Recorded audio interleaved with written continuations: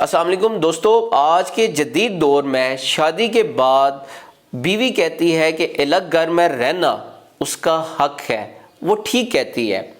इसी तरह बीवी कहती है कि उसके माँ बाप की खिदमत करना उसका फ़र्ज़ नहीं है, वो ये भी ठीक कहती है। इसी तरह बीवी कहती है कि जॉइंट फैमिली सिस्टम में रहना, इकट्ठे रहना, ये सिस्टम ठीक नहीं है, वो ये भी ठीक कहती है। लेकिन आप मुझे ये बताएं कि 30 साल तक बच्चे को पालना, उसको 3 वक्त का खाना खिलाना, उसको साफ़ सुथरे कपड़े देना और पंखे की हवा के लिए चरपाई में, पहली चरपाई में जगह देने वाली उस माँ का क्या किया जाए, उसको कहाँ पे छोड़ा जाए।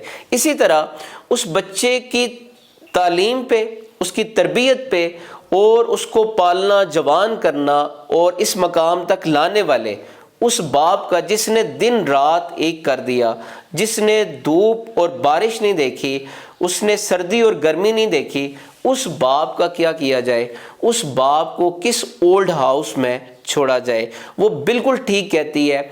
और आप ये बताएं कि उस बाप, उस इंसान की तो शादी वो अपने पैसों से नहीं हुई, बल्कि उसके बाप की जो बचत थी और पेंशन के पैसों से उसकी शादी हुई और वो बीवी उस घर में आई।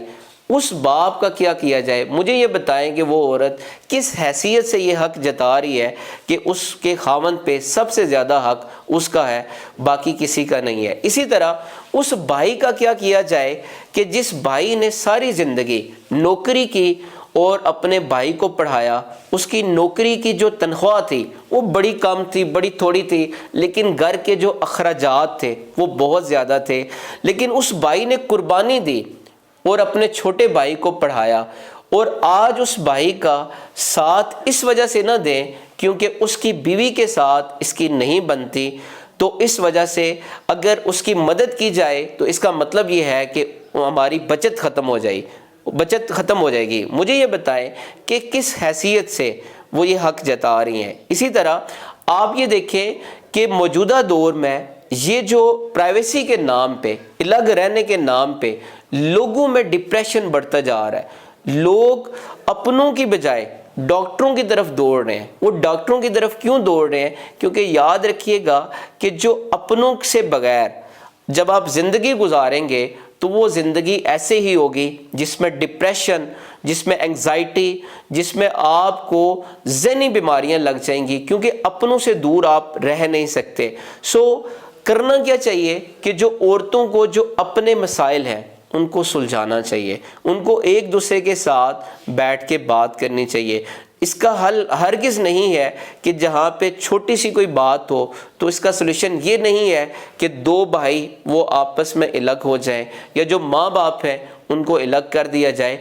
अगर आप यूरोप की मिसाल देते हैं कि यूरोप में ऐसा ही है, तो याद रखें यूरोप में हर इंसान इंडिपेंडेंट है, हर इंसान अपनी मेहनत करता है, खुद कमाता है और ज़िंदगी बसर करता है। लेकिन यहाँ का अगर आप ये देखें कि एक इंसान कमाने वाला होता है और सारे खाने वाले होते हैं। वो एक इंसान जिसने मेहनत की होती है, तो आज अगर छोटा भाई इस काबिल हो जाता है कि वो भी कमाने लग पड़े, तो उसको अपने भाई का साथ नहीं छोड़ना चाहिए, उसको साथ खड़े होना चाहिए।